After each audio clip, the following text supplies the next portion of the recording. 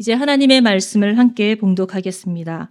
오늘 하나님의 말씀은 요한복음 6장 60절에서 71절까지의 말씀입니다. 요한복음 6장 60절부터 71절까지의 말씀을 저와 여러분이 교독하시고 마지막 71절의 말씀은 함께 읽겠습니다.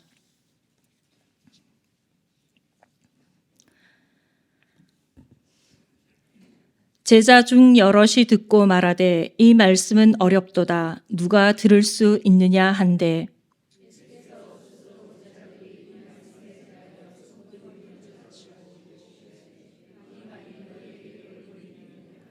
그러면 너희는 인자가 이전에 있던 곳으로 올라가는 것을 본다면 어떻게 하겠느냐?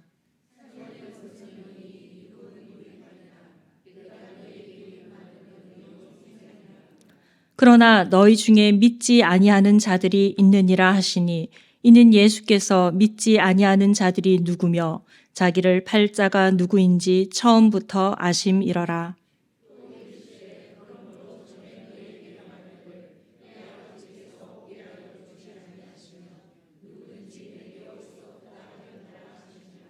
그때부터 그의 제자 중에서 많은 사람이 떠나가고 다시 그와 함께 다니지 아니하더라. 시몬 베드로가 대답하되 주여 영생의 말씀이 주께 있사오니 우리가 누구에게로 가오리이까?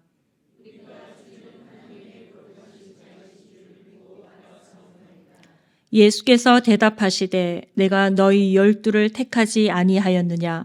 그러나 너희 중에 한 사람은 마귀니라 하시니 이 말씀은 가롯 시몬의 아들 유다를 가리키심이라. 그는 12 중에 하나로 예수를 팔 자러라. 아멘. 우리는 제자라는 말을 참 많이 듣고 또 말하고 부르고 불리기도 합니다. 그런데 정작 제자라는 이 단어의 의미에 대해 깊게 생각하려 하지는 않는 듯 합니다. 아마도 제자의 참 뜻을 알게 되면 제자라는 이름에 걸맞게 살아야 하는 책임과 또 부담을 본능적으로 피하고 싶은 마음이 우리 안에 있기 때문은 아닌가 그런 생각을 해봅니다. 이 제자라는 헬라어 단어 마데테스라는 이 사전적의 의미는 매우 다양한 의미를 가지고 있습니다. 이 제자는 어떤 특정한 교사나 학파 또는 종파의 가르침을 추종하는 사람을 말합니다. 일반적으로 견습, 직공, 학생 또는 생도를 의미했습니다. 성경에 보면 누구누구의 제자 이렇게 기록한 것을 우리는 종종 볼 수 있습니다. 예를 들어 모세의 제자, 바리새인의 제자, 그리고 세례 요한의 제자들이 나옵니다.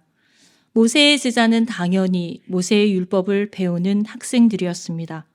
바리새인의 제자는 이 구약의 율법과 구전으로 전해진 토라, 즉 조상들의 전승에 대한 지식을 배우고 자신들의 랍비들에게 온전히 헌신하였습니다.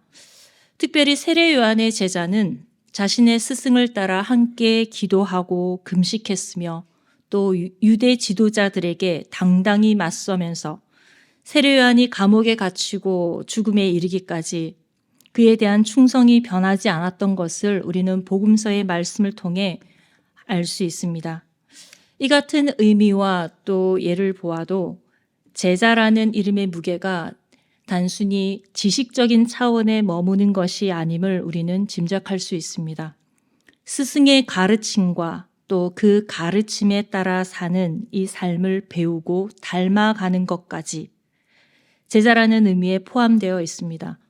이러한 제자의 의미를 생각하면서 오늘 본문에 나타난 제자들의 다양한 반응과 모습 속에 다시 한번 나는 제자인가? 우리는 제자인가? 라는 질문에 어떠한 대답을 할 수 있을지 함께 생각하고 또 묵상하는 그런 시간이 될 수 있기를 바랍니다. 예수님께서 하나님 나라의 복음을 전하시고 또 많은 기적과 표적을 행하셨을 때 수많은 사람들이 모여들었고 따라다녔습니다. 그들 중에는 제자라고 불리울 만큼 너무나 열광적인 모습으로 예수님을 추종한 사람들이 많았습니다. 그런데 오늘 본문에 그렇게 예수님을 따르던 제자들의 뜻밖의 반응이 나옵니다. 바로 예수님께서 전한 말씀을 듣고 그들의 심경에 변화가 생겼습니다. 오늘 60절 말씀에서 제자 중 여럿이 예수님의 말씀을 듣고 이렇게 반응합니다. 이 말씀이 이렇게 어려우니 누가 알아들 수 있겠는가? 누가 받아들일 수 있겠는가? 하는 제자들의 부정적인 반응입니다. 여기서 예수님께서 전한 이 말씀은 오늘 본문의 앞단락인 6장 22절부터 59절의 예수님의 설교입니다. 이 설교의 주제는 예수님께서 생명의 떡이 되시고 또 그의 살과 그의 피를 먹고 마셔야 영생을 얻는다는 말씀입니다. 이러한 예수님의 말씀을 들은 제자들의 반응은 한마디로 너무 어렵다 하는 것이었습니다. 제자들이 어렵다고 말하는 이유는 예수님의 말씀을 단순히 문자적으로 해석하려고 하고 이해하려 했기 때문입니다. 또한 자신의 어떤 감정과 이성 그리고 욕심으로 가득한 세속적인 관점을 가지고 이 말씀을 예수님의 말씀을 이해하려고 하니 당연히 어려울 수밖에 없습니다. 이런 제자들의 반응을 볼 때 예수님을 따라다녔던 이 제자들의 대다수는 영적인 지혜를 갖지 못했다는 것을 우리는 알 수 있습니다. 예수님께서 제자들의 이 같은 반응과 그들의 속내를 아시고 이렇게 질문하셨습니다. 이 말이 너희에게 걸림이 되느냐? 이 질문의 원문에 가깝게 다시 번역을 해보면 이렇습니다. 이것이 너희를 노하게 하느냐? 또는 이것이 너희를 분노하게 하느냐라고 번역됩니다. 이 원문의 질문 속에는 제자들이 예수님의 말씀을 깨닫지 못했을 뿐만 아니라 그 말씀을 듣고 너무나 화가 나서 거칠게 불평하고 항의했다는 의미를 함축하고 있습니다. 예수님께서 전하시는 이 진리의 말씀을 듣고 난 후 제자들의 이 같은 반응은 예수님을 대적하고 또한 복음을 받아들이지 못했던 유대인들과 그리 다르지 않습니다. 예수님은 진리의 말씀이 어렵다고 받아들이기 힘들다고 말하는 제자들에게 십자가의 고난 이후 부활하시고 승천하실 것에 대한 이 말씀을 하셨습니다. 그리고 예수님의 승천이 제자들 자신에게 어떠한 영향을 미치게 될지 생각하도록 다음과 같은 질문을 다시 던지십니다. 새번역 성경으로 62절부터 63절의 말씀을 제가 읽겠습니다. 인자가 전에 있던 곳으로 올라가는 것을 보면 어떻게 하겠느냐? 생명을 주는 것은 영이다. 육은 아무데도 소용이 없다. 내가 너희에게 한 이 말은 영이요 생명이다. 이 질문에 제자들은 다양하게 반응했을 것입니다.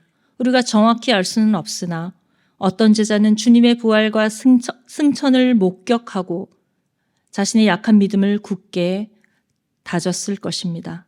반면 어떤 제자는 부정적인 반응으로 주님의 승천을 두 눈으로 직접 본다고 해도 목격한다고 해도 여전히 진리의 말씀을 깨닫지 못한 채 믿지 않을 수 있습니다. 그렇다면 여기서 중요한 것은 주님께서 행하시는 표적과 기사를 얼마나 많이 보고 경험했는가 하는 것이 아닙니다. 예수님의 말씀과 능력을 믿음으로 받아들이느냐, 그렇지 않느냐 하는 것이 더 중요한 문제이지요. 예수님은 제자들의 이러한 영적 미련함을 아셨고 육신의 무익함을 말씀하셨습니다. 이 육신을 입은 인간은 언제든지 죄에 굴복할 수 있기 때문에 이 육체는 무익합니다. 아담의 범죄 이후 인간은 타락하였고 하나님을 찾지도 않고 주님의 말씀을 듣고도 깨닫지 못하는 악하고 미련한 존재가 되었습니다. 그래서 예수님의 희생적인 대속의 죽음이 없이는 영생을 얻을 수 없고 또한 성령님의 역사하심이 없으면 그 누구도 믿을 수 없습니다. 영생을 얻을 수 없습니다. 예수님은 제자들에게 전한 말씀이 영이요 생명이라고 하셨습니다. 이 의미는 말씀 속에 생명의 영과 생명의 능력이 있다는 것을 알려주시는 것이지요. 그러니 말씀을 깨닫지 못하면 당연히 생명을 얻지 못합니다. 말씀이 충만한 곳에 구원의 역사가 일어납니다. 로마서 10장 17절 말씀에도 믿음은 들음에서 나며 들음은 그리스도의 말씀으로 말미암았느니라 라고 기록하고 있습니다. 결국 말씀을 제대로 듣고 깨닫지 못하면 예수님을 온전히 믿지 못한다는 것을 우리는 깨달을 수 있습니다. 그래서 예수님의 말씀이 어렵다고 말하는 제자들을 향해 이렇게 말씀하십니다. 너희 중에 믿지 아니하는 자들이 있느니라. 예수님은 하나님의 아들로서 제자들 중 누가 믿음이 없는지 또 누가 예수님을 파는 자인지 이미 모든 것을 알고 계셨습니다. 불신자가 누구인지 배신자가 누구인지 알고 계셨지만 동일하게 진리의 말씀을 전하시고 가르치셨습니다. 왜냐하면 모든 사람을 위한 하나님의 구원 계획을 이루시고자 순종하셨기 때문입니다. 하나님의 뜻에 순종하여 진리의 말씀을 외치고 가르치며 또한 표적과 기사를 행했음에도 불구하고 어떤 제자들은 예수님으로부터 돌아섰고 자신의 길로 떠났습니다. 이에 대해 예수님은 제자들의 믿음보다 앞서는 것은 결국 하나님의 주권적 선택이라는 것을 강조하여 말씀하십니다.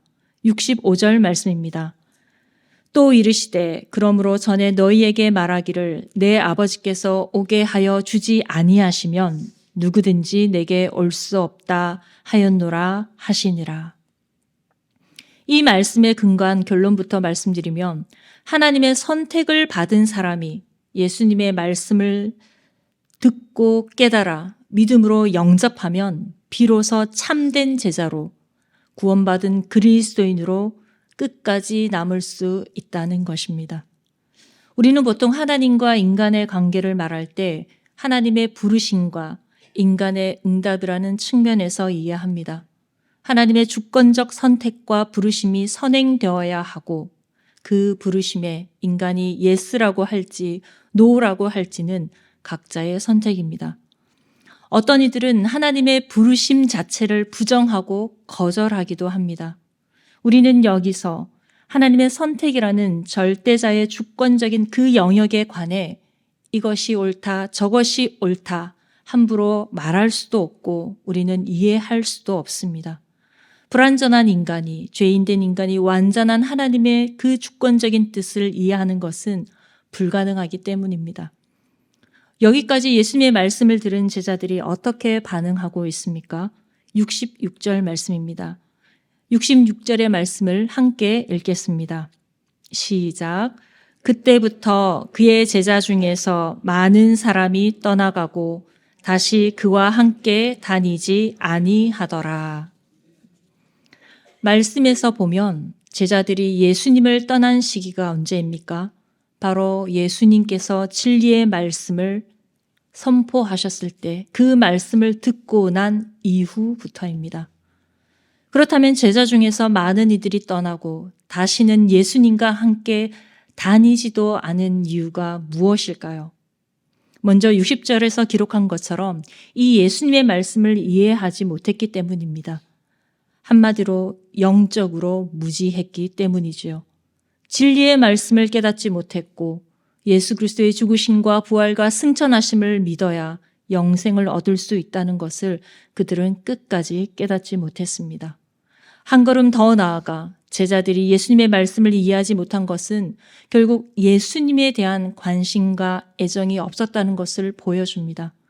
정말 예수님께 집중하고 그분께 순종하고자 하는 그런 진심 어린 마음이 있었다면 그분의 말씀을 듣고 어떻게든 깨닫기 위해 몸부림치고 예수님께 지혜를 구했을 것입니다.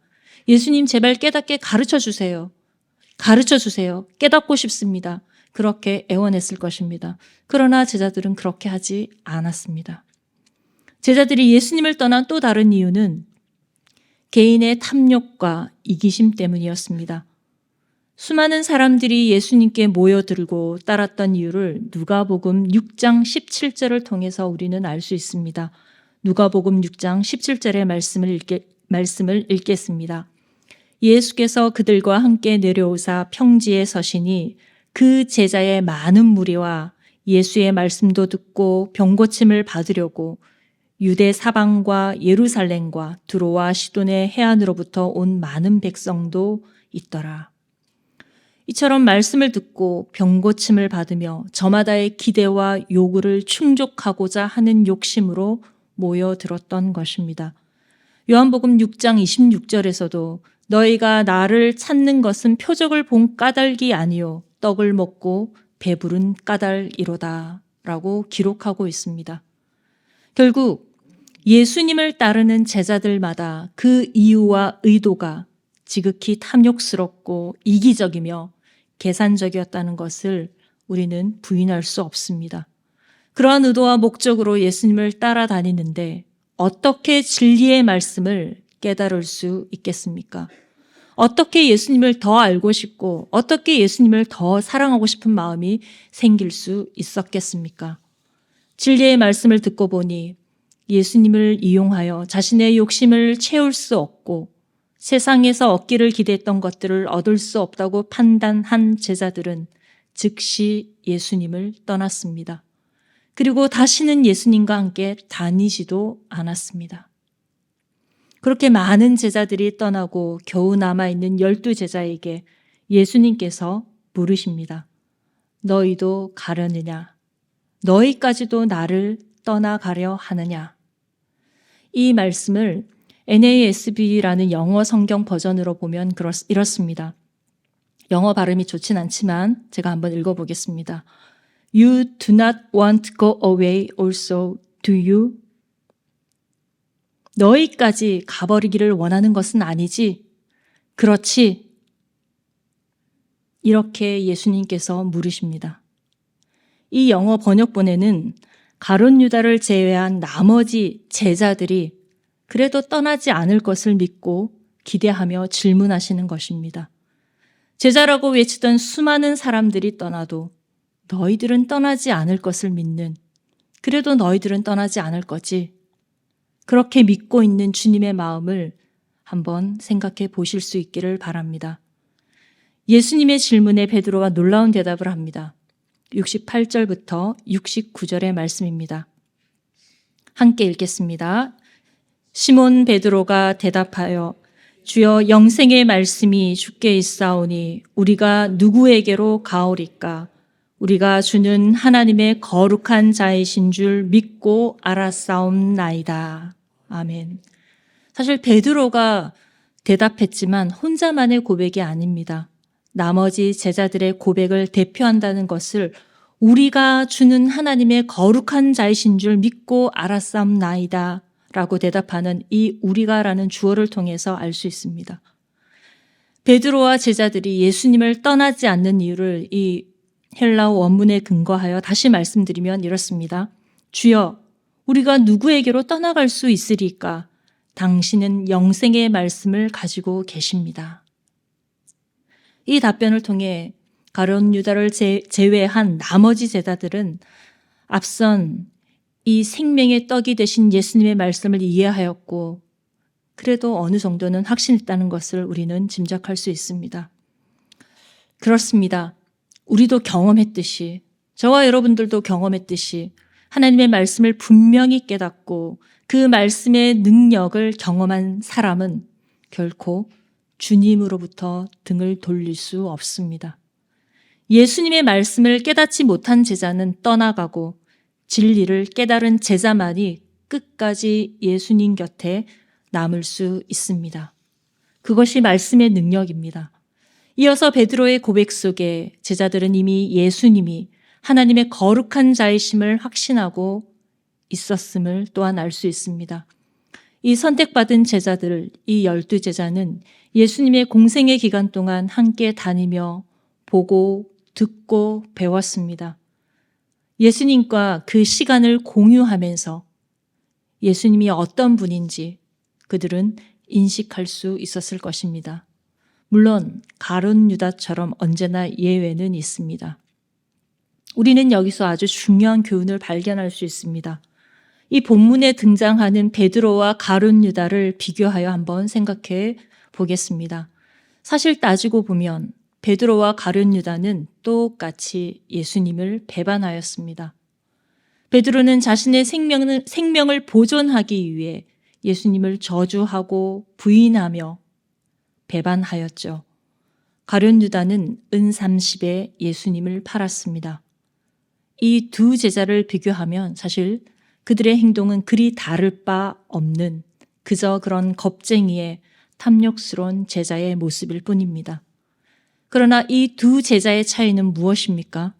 베드로는 자신의 죄를 회개하고 돌이켜 예수님의 길을 따르기를 선택하였고 결국 위대한 제자의 이름으로 우리에게 기억되고 있습니다.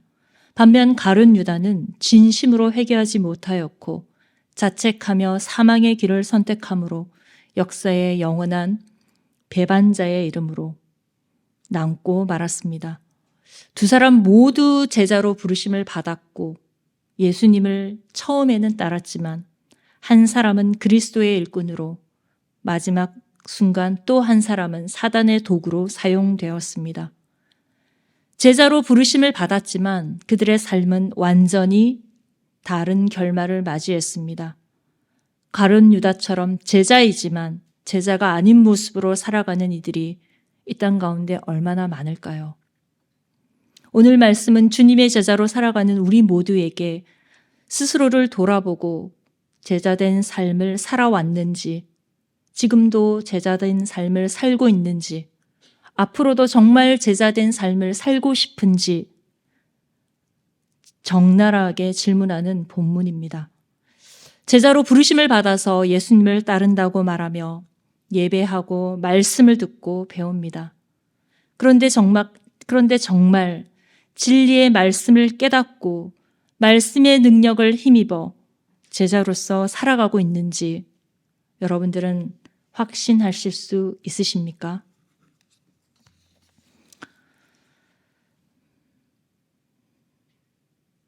확신하기 쉽지 않은 듯합니다. 왜냐하면 세상 속에서 그리스도인인지 제자인지 분명히 드러나지 않기 때문입니다. 한국교회 교인들의 특징 중에 대표적인 것이 기복신앙이라고 말씀들을 많이 하십니다. 복을 받으려고 예수님을 믿는다는 것이죠. 더 적나라하게 표현을 하면 예수님을 믿어서 부자가 되고 높은 지위를 얻고 건강하고 풍요로운 삶을 살기 위해 믿는다는 것입니다. 물론 무조건 기복신앙이 나쁜 것은 아니지만 이것이 예수님을 믿는 첫 번째 이유가 되어서는 안 됩니다. 이 같은 이유는 믿지 않는 자들의 기대와 소망과 다를 바가 없습니다. 그런데 너무나 아이러니하게도 기복신앙의 면모를 가진 한국교회 교인들만큼 또한 성경 공부를 많이 하는 나라도 없습니다. 성경을 공부하고 수없이 말씀을 들음에도 불구하고 여전히 예수님을 믿는 이유가 세상의 부유함과 명예와 건강과 성공을 위해서라니, 이 같은 부조화를 이룬 그리스도인의 모습은 말씀을 듣고 공부했지만 깨달았다고 생각했지만 사실 진리를 온전히 깨닫지 못한 제자의 모습이 어떠한지를 온전히 보여줍니다. 성도님들은 어떻게 생각하십니까? 우리들은 예수님의 제자로 부르심을 받았습니까? 안 받았습니까? 받았습니까? 네, 받았습니다. 그럼 제자로 부르심을 받았다면 진리의 말씀을 들을 때 그 말씀을 깨달아 아는 것으로 기뻐하며 정말 그 말씀대로 사는 것에 관심을 기울이고 그것이 너무나 즐겁고 행복하고 힘쓰는 것이 기쁨이 되십니까? 영적인 무지와 탐욕으로 예수님으로부터 뭔가 얻기 위해 제자의 이름을 붙잡고 있지는 않습니까? 겉모습은 그리스도의 제자인데 그 속내는 믿음 없는 무리 중에 한 사람, 그러한 사람은 아닌지 두렵고 떨림으로 우리 자신을 돌아볼 수 있기를 바랍니다.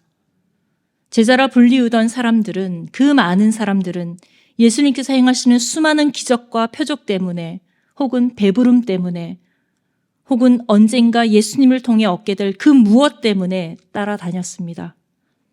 그러다가 진리의 말씀이 어렵다고 말하며 더 이상 얻을 것이 없다고 판단한 제자들은 돌아섰던 그들의 모습을 기억하실 수 있기를 바랍니다.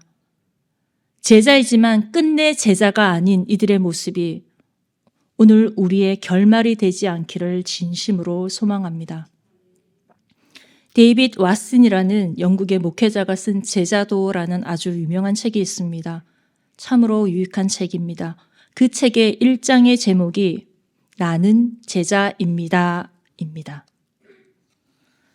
1장 서두에 독일 신학자 디트리트 보네퍼 목사님의 글을 인용하면서 시작합니다.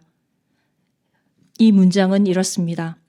그리스도께서 우리를 부르실 때에는 와서 죽으라고 명령하시는 것이다. 이 경악스러운 진술에 진정한 그리스도인이자 제자로서 갖추어야 할 근본적이고 결정적인 본질이 내포되어 있다. 너무나 비장한 말씀이죠. 한 번 더 읽어드리고 싶습니다.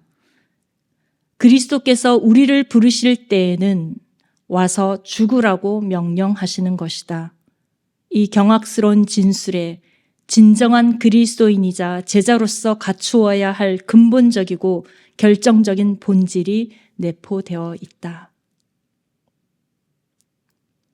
그리스도인이라면, 제자라면 와서 죽으라는 명령에 순종할 수 있어야 진정한 그리스도이며 진정한 제자라고 말하고 있습니다. 이 글을 읽을 때 생각나는 것은 예수 그리스도의 십자가의 길입니다. 제자는 세상의 부귀영화를 위해 부름받은 사람들이 아닙니다. 그 반대이죠. 사나 죽으나 오직 주님을 위한 길을 선택하며 가라고 부르심을 받은 사람들이 제자입니다. 와서 죽으라는 그 부르심 앞에 많은 제자들이 중간에 이런저런 이유와 핑계를 대며 떠났습니다. 혹 제자의 자리에 몸은 있으나 마음이 없는 제자도 있습니다. 자신의 기대처럼, 자신의 소망처럼 예수님께서 행하지 않으시면 언제든지 떠날 준비를 하는 제자도 있습니다. 두 마음을 품고 방관자처럼 한 걸음 물러서서 자신의 이익에 반하면, 자신이 손해를 보게 되면 돌아설 제자도 있습니다. 과연 우리는 어떤 마음과 태도로 주님의 제자로 살아가고 있는지 돌아볼 수 있기를 바랍니다. 주님의 부르심을 받고 제자라는 이름표를 달고 살아가는 우리에게 주님께서 오늘 말씀을 통해 질문하십니다. 너희도 나를 떠나가려느냐? 주님, 아니요. 아닙니다. 생명의 말씀이 주님께 있는데 제가 어디를 가겠습니까? 끝까지 주님의 제자로 주님과 함께 하겠습니다. 끝까지 주님의 제자로 주님의 길을 함께 하겠습니다. 이 무릎에 우리가 이 같은 대답을 드릴 수 있기를 진심으로 소망합니다. 하나님, 우리를 제자로 부르시고 주님의 길을 갈 수 있는 기회를 주셔서 감사드립니다. 우리의 영적인 무지함과 탐욕과 이기심으로 인해 제자의 길을 포기하지 않게 도와주시옵소서. 제자로 부르신 그 부르심에 합당하게 구별된 삶을 살게 하시고 성령의 도우심으로 진리를 깨달아 알게 하시며 그 깨달은 말씀의 능력으로 주님의 길을 끝까지 걸어가는 제자가 되게 하옵소서. 예수님의 이름으로 기도드립니다. 아멘.